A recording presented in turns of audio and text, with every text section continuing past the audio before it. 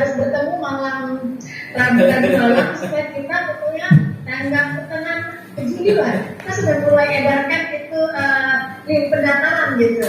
Karena itu kan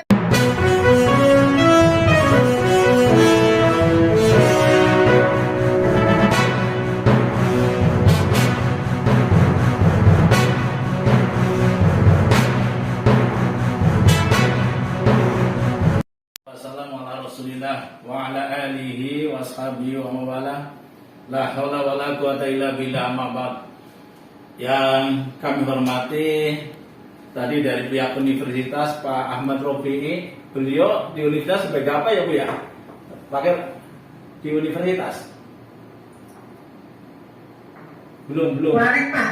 Oh, Warek. Wakil Rektor 3. Oh iya. Bidang kemahasiswaan. Iya, pada Bapak Wakil Rektor 3 Pak Ahmad Rofi'i, bidang kemahasiswaan yang saya hormati, pada Pak Dekan ini, Pak Wagiman, Pak Dekan Fakultas Hukum yang kami hormati, Bu Ani Khairunisa, tadi Kepala ini ya Bu ya, Kepala Pusat Karir dan juga sebagai Ketua KMMI ya Bu. Iya. Ketua. Ya, saya hormati. Kemudian Pak Panji yang kami hormati juga. Alhamdulillah pada malam hari ini kita bisa berkenalan, bersilaturahmi ya Bu, Bapak Ibu. Jadi sebelum kami menyampaikan berdiskusi, terlebih dulu kami akan memperkenalkan. Jadi ada pepatah tak kenal maka tak sayang, biar kenal. Jadi Bu Ani kebetulan ini tim lembaga ya, tim LBHPK itu untuk pengurus pusatnya ada beberapa orang. Jadi Waketum ada, Sekjen ada, Kadif ada, Kadif Humas itu Pak Ahli. Jadi sebelumnya saya perkenalkan satu persatu. Saya sendiri ini, saya Sugeng sebagai Ketua Umum. Terus kemudian ada Wakil Ketua Umum ini Bapak Slamet Kusnandar sebelah saya. Kemudian ada Bu Sekjen ini nggak kelihatan, ini ada di tempat rapat nih. Jadi Bu Dia Hariwati. Kemudian ada Pak Hangsi. Pak Hangsi kebetulan tadi sampai sore di kantor, jadi tadi mengikuti Zoom meeting dari rumah. Nah, kemudian ada Pak Hangsi, kemudian ada Pak Teguh ini Kadif non litigasi yang kebetulan berhubungan langsung juga nanti dengan diklat paralegal. Kemudian ada Kadif IT ini yang milenial, Mas Ian ini. Waduh, Mas Ian Eskom. Jadi milenial ini Bu. Jadi kita banyak milenialnya ini. Ada. Kemudian ada Pak Toro Kabag pengelolaan medsos. Jadi itu Bu dari tim kami ya, nyaris untuk di pusatnya insya Allah ini tim yang nanti akan bersama-sama bersama dengan UNTAD kaitannya dengan diklat paralegal. Jadi pertama-tama kami kita semua mendatang bersyukur dari Allah Subhanahu Wa Taala karena atas limpahan rahmat dan hidayahnya kita semua bisa mengadakan bertatap muka melalui Zoom meeting. Tatap muka Zoom meeting berarti melalui media online. Tapi tidak mengurangi dari tidak mengurangi arti penting dari acara pada malam hari ini. Jadi alhamdulillah kita semua berdoa. Sebelum itu kita semua mohon berdoa pada Allah Subhanahu Wa Taala karena negara kita dalam kondisi seperti sekarang kena wabah COVID-19. Kita berdoa semuanya mudah-mudahan kita diberi umur panjang Allah Subhanahu Wa Taala, diberikan kesehatan, sehat walafiat, dan mudah-mudahan saudara-saudara kita di negara Republik Indonesia dan di seluruh dunia yang kebetulan sekarang sedang menderita atau terpapar COVID-19 cepat diberikan kesembuhan oleh Allah Subhanahu Wa Taala, dan bagi yang meninggal mudah-mudahan semuanya husnul khotimah. Jadi semuanya husnul khotimah dan mendapatkan tempat yang terbaik insya Allah Subhanahu Wa Taala.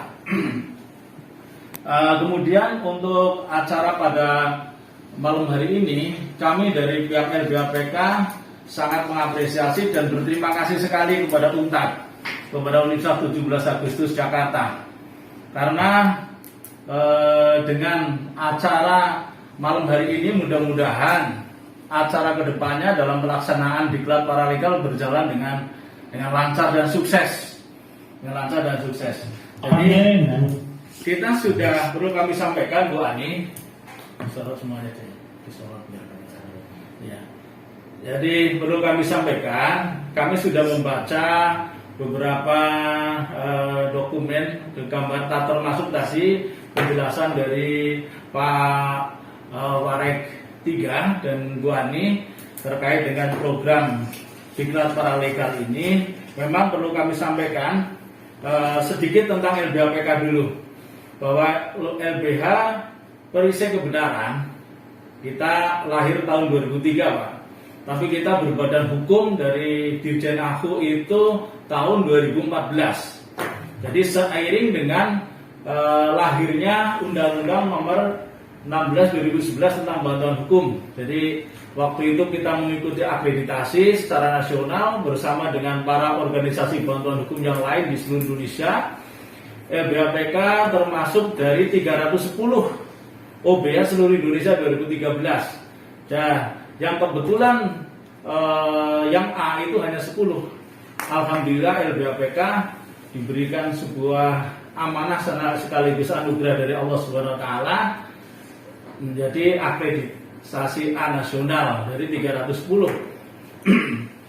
Kemudian 2014 kita berbadan hukum, karena untuk menjadi terakreditasi itu harus berbadan hukum oleh Dirjen AHU.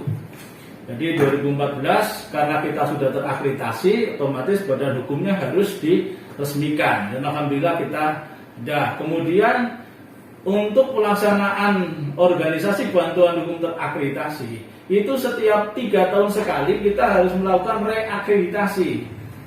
Jadi di 2018, 2013, 2016 kita melakukan akreditasi kembali, dan alhamdulillah dari 405 seluruh Indonesia, yang A itu 12, termasuk LBH Perisai Kebenaran.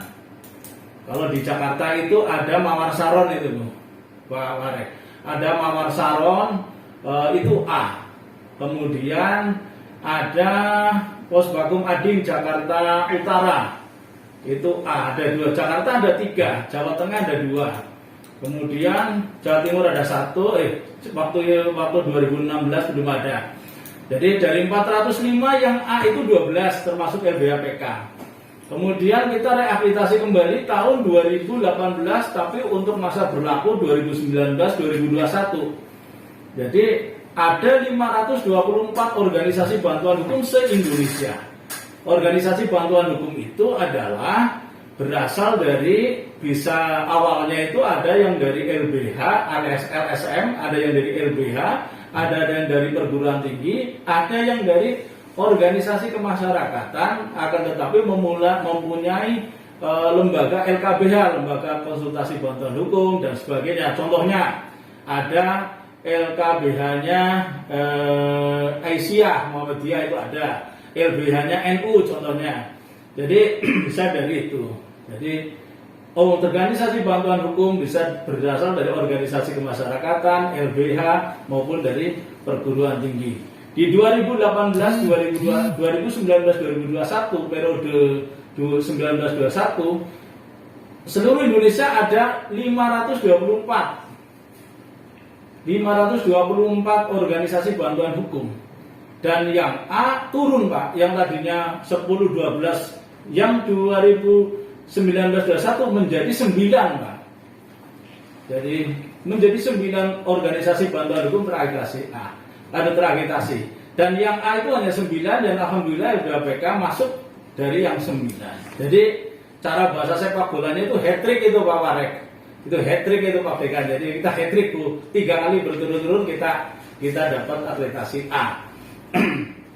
Dan sumber daya manusia LBH-PK untuk SDM-nya, paralegalnya kita cukup banyak. Jadi sebelum lahir Undang-Undang 16 2011 kita sudah punya banyak paralegal.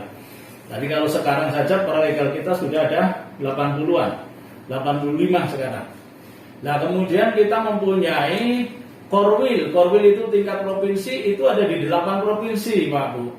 Jadi kita ada di DKI Jakarta, kita punya Korwil, di Sulawesi Selatan kita punya Korwil, di Kalimantan Timur kita punya Korwil, Jawa Barat, Jawa Tengah, kemudian DIY, kemudian Jawa Timur kita ada Korwilnya. Jadi tingkat provinsi kita ada. Kemudian untuk cabang kita mempunyai 16 cabang. Untuk pos vakum kita punya 38 pos vakum.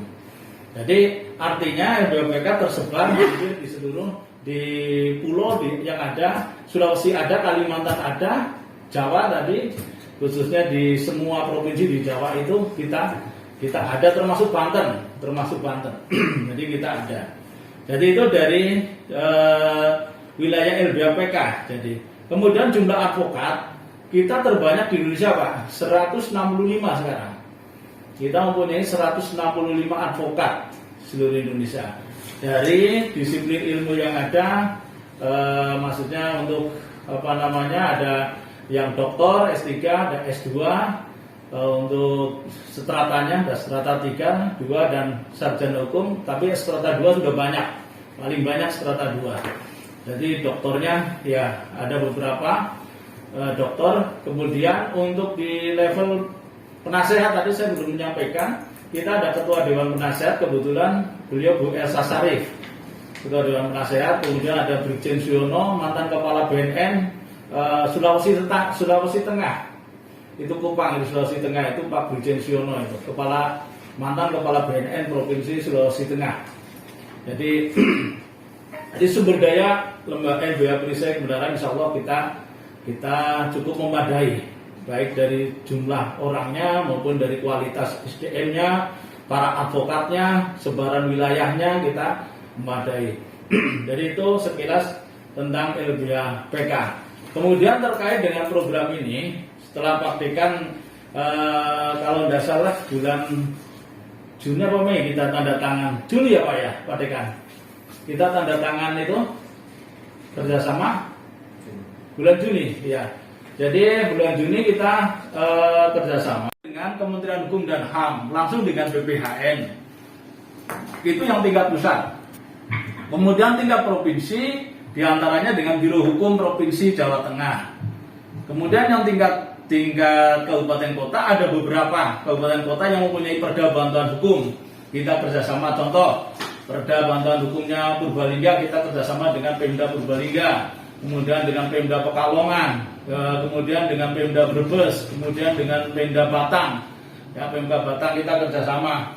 Kemudian dengan pengadilan negeri dan pengadilan agama terkait dengan pos vakum pengadilan negeri dan pengadilan agama. Jadi berdasarkan perma, Mahkamah Agung itu punya namanya pos vakum di pengadilan-pengadilan itu untuk membantu melayani masyarakat yang tidak mampu dalam hal konsultasi maupun pembuatan dokumen. Itu melalui sistem, kalau pemenangnya itu pesertanya melalui sistem lelang, Pak. Ada lelang sederhana, dulu pernah menggunakan LPSE. Jadi dulu untuk standar yang dulu kalau 100 juta, 50 juta dulu Pak pernah harus menggunakan LPSE. Kita mengikuti beberapa lelang LPSE dan alhamdulillah beberapa kita sebagai pemenang di pengadilan negeri maupun pengadilan agama. Untuk sekarang, karena untuk pelaksanaan lelang LPSE itu di atas 100 juta, itu rata-rata pelaksanaan lelang sederhana oleh panitia setempat dari pengadilan. Jadi sekarang ini kita di wilayah Purwokerto, kita pegang pengadilan negeri di pos vakum pengadilan negeri Purwokerto. Di Purbalingga pos vakum pengadilan negeri Purbalingga, terus PA Purbalingga. Di Wonosobo, di Pekalongan, di Batang, di Brebes, kita di sana ada pos vakum, Pak. Jadi kalau ada pengadilan negeri Purbalingga contohnya, kita punya pos vakum pengadilan negeri Purbalingga. Jadi LBHPK ada di sana, Pak. Bagian dari aktivitas pengadilan. Demikian juga kita di pengadilan agama sama. Kalau di Pemda kita dengan biro hukumnya itu kerjasama. Kemudian dengan jejaringnya, dengan stakeholdernya, kita bantuan hukum, termasuk dari Kementerian Hukum dan HAM, hierarkinya Kumham, kita juga kerjasama dengan lembaga pemasyarakatan. rumah tahanan rutan. Jadi rumah tahanan rutan, kemudian lembaga pemasyarakatan, kita bekerja sama. Jadi hampir semua di cabangnya LBHPK kita bekerja sama dengan rutan dan LP lapas yang ada. Jadi dari sejak 2013 kerjasama kita cukup banyak. Ya memang terkait itu semua, kemudian dari Kementerian Hukum dan HAM dari keluar bulan Februari 2021 kemarin mengeluarkan yang namanya Permenkumham mengenai pemberdayaan paralegal dalam pemberdayaan hukum. Jadi di situ intinya akan memberdayakan peran serta paralegal. Itu Permenkumham setelah revisi, karena sebelumnya ada Permenkumham tapi ada judicial review ke Mahkamah Agung. Akhirnya Permenkumham itu karena waktu sebelumnya itu paralegal bisa melakukan aktivitas atau kegiatan litigasi. Ini diprotes Pak. Ini diprotes oleh para advokat ini. Kalau LBHPK tidak protes karena paralegalnya LBHPK itu juga banyak gitu. Jadi kita nggak perlu protes itu. Peradi yang protes itu Pak. Jadi Peradi protes, mengajukan judicial review ke Mahkamah Agung. Akhirnya dikabulkan Pak. Setelah dikabulkan, dibuatlah Permenkumham yang baru. Kebetulan waktu masih jadi rancangan Permenkumham itu, saya masuk dalam yang disuruh membahas itu waktu bersama-sama untuk pembahasan itu di Semarang bersama-sama teman-teman lembaga yang lain. Saya perwakilan dari Jawa Tengah. Kita membahas sekaligus kemudian sekarang sudah menjadi Permenkumham tentang paralegal dalam pemberdayaan hukum itu. Nah, ini saya begitu dengar program ini luar biasa Pak. Makanya saya berterima kasih sekali nih sama Untar Pak. Berterima kasih sekali. Saya jadikan malah ini programnya Untar, kemudian kita mitra bersama Kemendikbud, ini malah menjadi awal dari kita untuk melaksanakan program Diklat Paralegal Nasional Pak. Karena kita juga sedang merencanakan Diklat Paralegal Banten Pak, Provinsi Banten. Saya sudah beraudiensi dengan Kapus Lukum, Kepala Pusat Penyuluhan Hukum BPHM, dengan Pak Kartiko. Kami sudah ke sana, sudah audiensi, beliau menyambut baik, termasuk program ini pun sudah saya sampaikan ke BPHM, dan beliau siap untuk memberikan nanti narasumbernya. Jadi kalau nanti narasumbernya dibutuhkan dari BPHN, saya sudah menyampaikan ke Kapus Lukum, ya Pak Kartiko, dan siap. Dan nanti bahkan kalau misalkan nanti harus nyambut itu, beliau bilang ke saya ada dua kemungkinan, kalau bukan Pak Menteri, Kepala BPHN, Kepala Badan Pembinaan Hukum Nasional. Beliau sampaikan begitu. Jadi setelah rapat ini Bu, pada intinya terhadap rapat ini kami sangat mengapresiasi, dan insya Allah kami dengan SDM yang ada kita siap untuk bersama-sama. Masalah teknis dan sebagainya nanti menyusul itu yang lebih teknis itu. itu yang lebih pintar teknis itu Pak Marek itu. Jadi kita sudah punya gambaran pelaksanaan itu. Nanti teknis kita ada tim teknis juga, mungkin bisa dengan Bu Ani nanti ya, berarti yang menggawangi ini. Jadi kita siap lah. Ya. Dari tim IT kita juga siap. Ini juga kita dalam rangka untuk mempersiapkan itu semua ini. Kita ada di ruangan meeting juga ini. Jadi intinya kita berterima kasih, dan insya Allah Pak, insya Allah kita sangat mendukung, dan kita harus bekerja sama, bekerja keras untuk suksesnya program ini. Dan untuk langkah itu saya sudah berkomunikasi langsung, bertelepon dengan Kepala Pusat Penyuluhan Hukum Badan Pembinaan Hukum Nasional Pak Kartiko. Dan beliau setelah acara ini kemudian saya punya data-data lengkap dari universitas terkait program Diklat Paralegal. Sebagai laporan kami, nanti kami sudah ditunggu, bukan akan lagi, sudah ditunggu beliau untuk beraudiensi Pak Marek. Jadi sudah ditunggu beliau untuk audiensi, nanti akan disampaikan kepada Kepala Badan Pembinaan Hukum Nasional. Jadi dalam rangka apa? Kalau dari sini minta narasumber, nanti akan dipersiapkan yang di sana, siapa yang akan ditunjuk. Kemudian kalau diminta untuk memberikan sambutan pun nanti beliau yang mengatakan kalau bukan Pak Menteri itu Kepala BPHN. Tapi belum tahu ini karena situasi seperti ini. Tapi beliau sampaikan dua ini. Bisa Pak Menteri, kalau Pak Menteri tidak ada kendala, Kepala BPHN. Gitu Pak. Jadi dari saya sudah melangkah begitu dapat info dari Pak Dekan ya. begitu dapat info katanya program ini disetujui dan lolos ya, kami sudah mempersiapkan Pak. Jadi kami sudah mempersiapkan. Artinya mempersiapkan segala sesuatunya untuk pelaksanaan ini. Termasuk nanti ada di sini modul, kemarin kita sudah rapat juga karena di situ diantaranya kesiapan modul ya Bu ya. Ya, kesiapan modul itu. Jadi kita kemarin sudah ketemu dengan tim yang kebetulan di lembaga kami itu ada juga dosen di sini. Jadi kami kemarin meminta tolong untuk mempersiapkan ada tim modul itu. Kalau nanti dari UNTAD bersama-sama dengan Pak Dekan silakan. Tapi kita juga sudah mempersiapkan kalau memang dari praktisi yang kebetulan dosen apa dosen yang kebetulan praktisi tidak tahu ini. Jadi dari kami juga ada dosen yang jadi pengurus sekaligus advokat Pak di kami. Jadi nanti bisa kemarin kita sudah rapat persiapan sudah. Begitu dapat informasi kita sudah mempersiapkan diri sudah rapat dan yang teman-teman yang ada di sini insya Allah siap, termasuk nanti kalau kesiapan modulnya mungkin yang lebih paham itu biasanya dosen itu lebih paham karena praktisi yang bukan dosen kan lebih pada prakteknya di pengadilan Bu Pak gitu. Jadi bahasanya itu kalau advokat yang itu kadang-kadang sekarang kan ada advokat yang tahunya hitung-hitungan, misalnya kasus cerai ini ya 5 juta atau 3 juta setengah kan gitu Pak. Tapi kalau disusun untuk membuat sebuah karya ilmiah itu nggak bisa Pak, itu bingung itu dia. Tapi kalau hitung-hitungan itu jasa advokat itu mesti pinter itu. Dari pinter. Kalau dosen lain, dosen yang advokat itu atau advokat yang dari dosen itu agak bingung itu, bingungan itu, nggak tahu ini Pak Dekan ini. Nggak tahu.